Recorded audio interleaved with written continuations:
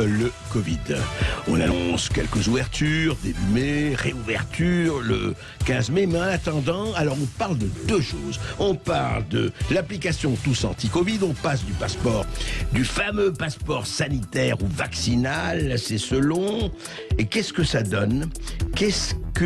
Pourquoi effectivement c'est tellement polémique aujourd'hui ? Eh bien, on va en parler avec le professeur Jean-François Toussaint notamment, tout de suite. Sud Radio Berkov dans tous ses états. Le fait du jour. C'est ton passeport. Tu te surpasses, t'as le meilleur score. C'est ton passeport. Des podcasts, tu bats des records. Voilà, passe, ton passeport. Oui, passe. À condition que le virus lui aussi trépasse. Sinon, on ne comprendra pas très bien pourquoi. Alors, ça y est, on est parti. Donc, lundi, avant-hier, conférence de presse du secrétaire d'État chargé de la transition numérique, Cédric O. Il dit, ça y est, voilà, le carnet Tous Anti-Covid, vous pourrez intégrer dans l'application QR code, résultat des tests, votre certificat de vaccination, une première étape qui vous permettra de voyager en France. Et évidemment, pour le moment, la Corse et l'outre-mer, et puis on verra après ce qui se passe, voilà.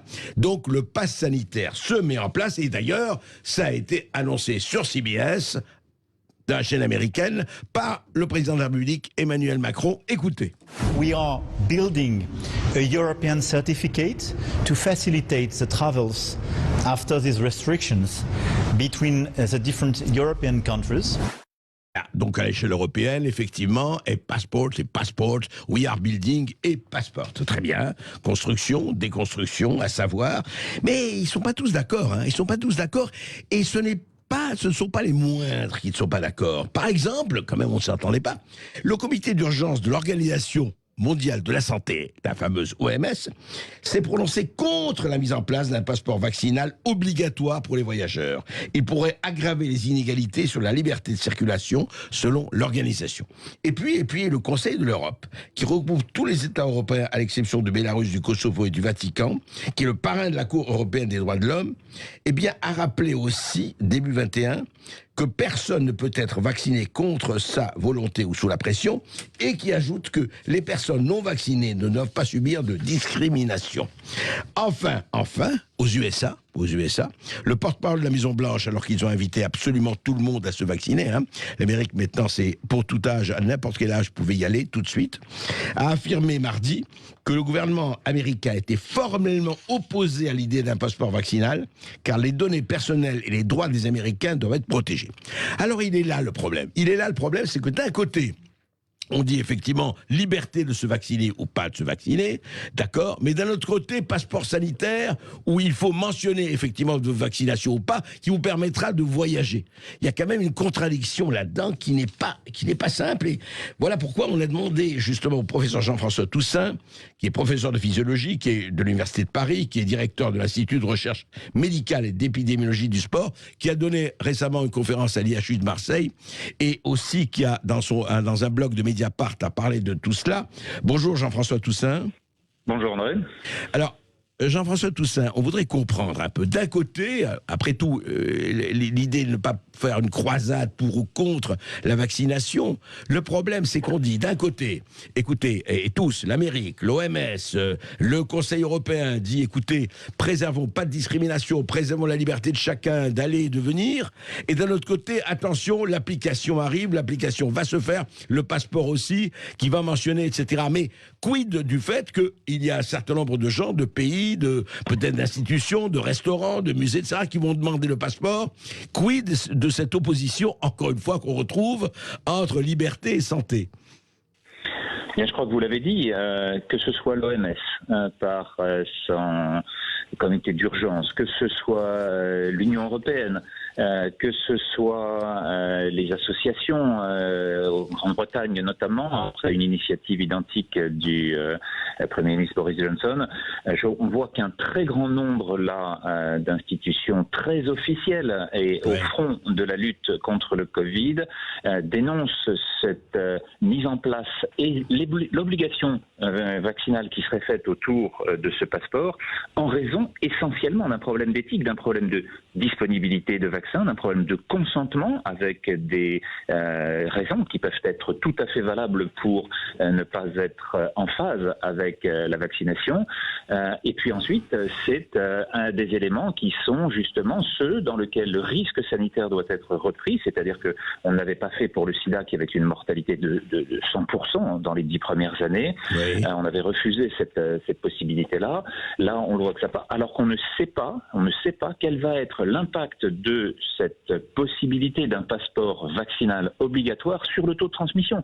S'il est efficace, alors à ce moment-là, oui, mais comme on n'en a aucune preuve, on ne peut absolument pas, pour l'instant, le mettre comme l'alpha et l'oméga de la lutte contre cette pandémie. Alors justement, en fait, ce passeport vaccinal, parce qu'on peut, alors je me fais non pas l'avocat du diable, mais de ceux qui disent attention, est-ce que quand même, est-ce qu'il ne va pas être automatiquement, ou en tout cas la nature étant effectivement ayant horreur du vide et encore plus de la mort ou de la peur, se dire oui mais écoutez c'est très bien tout ça, mais vous comprenez, pour voyager, les compagnies aériennes, un certain nombre de pays vont dire, comme d'ailleurs en Israël aujourd'hui par exemple, où ils ont vacciné nettement plus de la moitié de la population, oui, mais le passeport sanitaire est déjà en place. C'est-à-dire, ils vont dire, bon, très bien, vous ne voulez pas vous vacciner, très bien, mais quand même, et c'est tout le problème, mais en même temps, écoutez, vous ne pouvez pas rentrer n'importe où, vous risquez de contaminer les autres. Et cette contradiction, elle est là. Or, les autres vaccinés, seront-ils contaminés ou pas, professeur Toussaint? C'est ça la attise de question. Et bien sur ces éléments-là, une fois de plus, on n'a pas de grande certitude. On voit que les vaccins sont efficaces. On voit que la population israélienne donne sur les publications scientifiques qui sont sorties les mêmes valeurs que celles qui avaient été prises sur les essais vaccinaux publiés à la fin de l'année 2020 et au début de l'année 2021. Donc sur ce plan-là, on voit qu'on a, pour les personnes consentantes, une fois de plus, c'est toute la question du consentement qui est essentielle dans la médecine moderne et dont on a fait en France des lois de plus en plus tenant compte de cette valeur du choix individuel. On a des outils efficaces, il faut donc convaincre les gens de pouvoir les utiliser, mais les rendre obligatoires, ça veut dire quoi? Ça veut dire qu'on va bafouer le principe d'équité, le principe d'égalité devant la loi. Il y a un Français sur 5 qui n'a pas de smartphone. Si vous voulez rendre ça obligatoire par un QR code posé sur un smartphone, vous excluez 20% de la société française. Par ailleurs, Stop Anti-Covid a été téléchargé en mars 2021 par 20%, un peu plus de 13 millions de personnes. 20% de la société française, ça veut dire que 80% ne l'utilisent pas et on voudrait à partir de là faire de cet outil le porteur de l'utilisation et du contrôle vaccinal.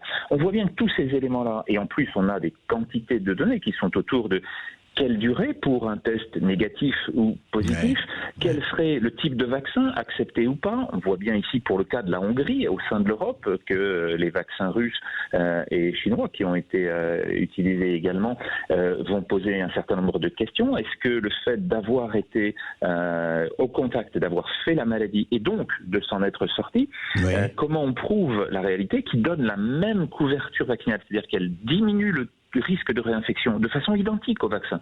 On a eu cette publication par le Mount Sinai Hospital de New York il y a 3 semaines. On voit que ces effets-là nous donnent les mêmes impacts. Comment on réunit tout ça alors que par ailleurs, et vous le voyez déjà sur le dark web actuellement, courent de partout des applications frauduleuses, des falsifications. On n'a aucun moyen dans le monde entier sur les 40 options vaccinales ou de modules pour ces vaccins qui sont pour ces passeports vaccinaux qui sont développés, on n'a aucun moyen d'interopérabilité. Vous voulez dire qu'il y aurait une gigantesque fraude aussi sur ces passeports qui pourrait arriver, quoi. C'est ça. Elle est déjà en cours. On l'avait déjà vu pour l'année précédente sur les applis qui étaient faites.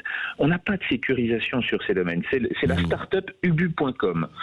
On est sur des données sur lesquelles on ne maîtrise pas les flux, on ne maîtrise pas les données de sécurité. Alors comment vous allez retrouver, alors qu'on a vu passer sur l'ensemble de ces flux Internet des quantités de données qui étaient des données de santé propres, hein, et en France, on l'a vu également le mois dernier.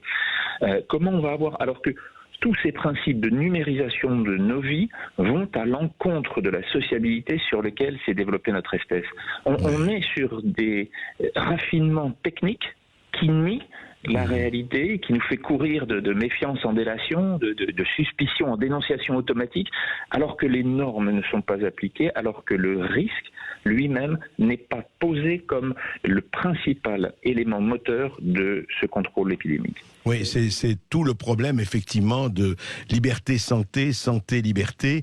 Et en même temps, je reviens à Israël, parce que, effectivement, Israël a montré, on peut le dire, enfin, et pas seulement, l'Amérique aussi, quelque part. Oui. On voit ce qui se passe au Texas et en Floride et ailleurs.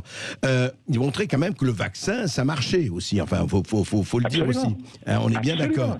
Oui, mais à ce moment-là, comment on fait? Alors, justement, pour ceux qui ne veulent pas se vacciner, et après tout, c'est tout à fait la liberté. Comment on fait pour est-ce que si vous voulez, est-ce que je veux dire comment on fait pour que l'éthique, la morale et la santé et la protection évidemment se retrouvent? Comment sortir par le haut de cette contradiction, Jean-François Toussaint? Eh bien, c'est la conviction, c'est le pouvoir de conviction, de la démonstration justement par les faits, et c'est ce que l'on a eu sur les publications à partir de janvier, c'est celles sur lesquelles ces pays semblent montrer, attention, on voit bien qu'un certain nombre de vaccins ne fonctionnent pas, par exemple sur le variant sud-africain pour le vaccin. Donc, il va falloir tenir compte de l'évolution de la pandémie, des adaptations qu'il faudra faire au niveau vaccinal, et de recertifier à chaque fois, de revérifier à chaque fois que les possibilités sont là. Mais enfin, ce que l'on voit actuellement, c'est qu'effectivement, un pays comme Israël semble avoir des bénéfices majeurs de la campagne de vaccination qu'il a amenée. Maintenant, faut-il le rendre obligatoire, alors que c'est sur ce principe-là, et j'y reviens, c'était l'un des principes des lois qui ont été passées depuis 30 ans maintenant, de revenir de plus en plus à tenir compte du consentement des patients au traitement qui était proposé. On est dans une situation tout à fait équivalente dans laquelle on doit faire part de ce risque individuel et collectif au cours d'une épidémie, et qu'ensuite on puisse l'amener. Ou alors on passe sur d'autres formes de société, mais c'est peut-être de celle-là dont nous ne voulons pas. Oui, c'est tout le problème effectivement que vous posez, qui est posé entre le devoir et en fait, sorti par le haut, c'est déjà bien informer de façon franche, de façon honnête la population, disant là on sait, là on ne sait pas. Si déjà on le disait, si déjà il n'y avait pas des professionnels de la conviction qui s'étendaient, eh ben ce serait peut-être un peu différent. C'est ça le problème aussi, Jean-François Toussaint. C'est une façon effectivement de considérer l'ensemble de nos concitoyennes et concitoyens à la hauteur de ce qu'ils sont, de leur capacité à comprendre, donc de nos efforts, nous, en tant que sachants, en tant qu'experts, en tant que scientifiques, de pouvoir donner l'ensemble de ces éléments et ensuite de pouvoir respecter aussi la conduite culturelle, la conduite démocratique, la conduite des affaires d'un pays dans lequel on doit être en capacité de maintenir ce haut niveau, faute de quoi, et là c'était quelqu'un comme Akhenaton qui nous le disait il y a encore quelques jours, une société qui s'effondre lorsqu'elle prend ces mesures de ce type-là, commence par voir sa culture s'effondrer, c'est-à-dire commence par voir toutes ces valeurs remises en question, et si on remet ces valeurs en question à cause d'un engouement technique dont on ne maîtrise pas, les effets de long terme, eh bien à ce moment-là, on partira sur une pente beaucoup trop glissante. Effectivement, passeport ou pas passeport, c'est un vrai problème, il est posé. Et d'ailleurs, juste une dernière question, professeur Toussaint, est-ce qu'à votre avis, est-ce qu'il y aurait une manière entre à l'intérieur des frontières d'une nation ou à l'extérieur, d'utiliser soit ce passeport, soit ce code, etc., de manière, je dirais, plus rationnelle et en même temps respectant les libertés? Est-ce que ça change le fait qu'on le fasse mondialement, alors qu'effectivement, on l'a dit au début, des institutions extrêmement officielles et plus qu'officielles s'y opposent? Mais une fois qu'elles ne s'y opposeront plus, c'est qu'on aura probablement franchi ce paradoxe que nous n'arrivons pas à franchir actuellement. D'accord. Merci beaucoup. Merci pour vos éclaircissements. Voilà, vous avez entendu Jean-François Toussaint, qui est professeur de physiologie et directeur de l'IRMES, l'Institut de recherche médicale et de l'épidémiologie du sport, qui nous a quand même dit que ces principes de numérisation de nos vies, cette application Tous Anti-Covid, nie le fondement de notre société. Donc vous pouvez réagir à ces propos 0826 300 320.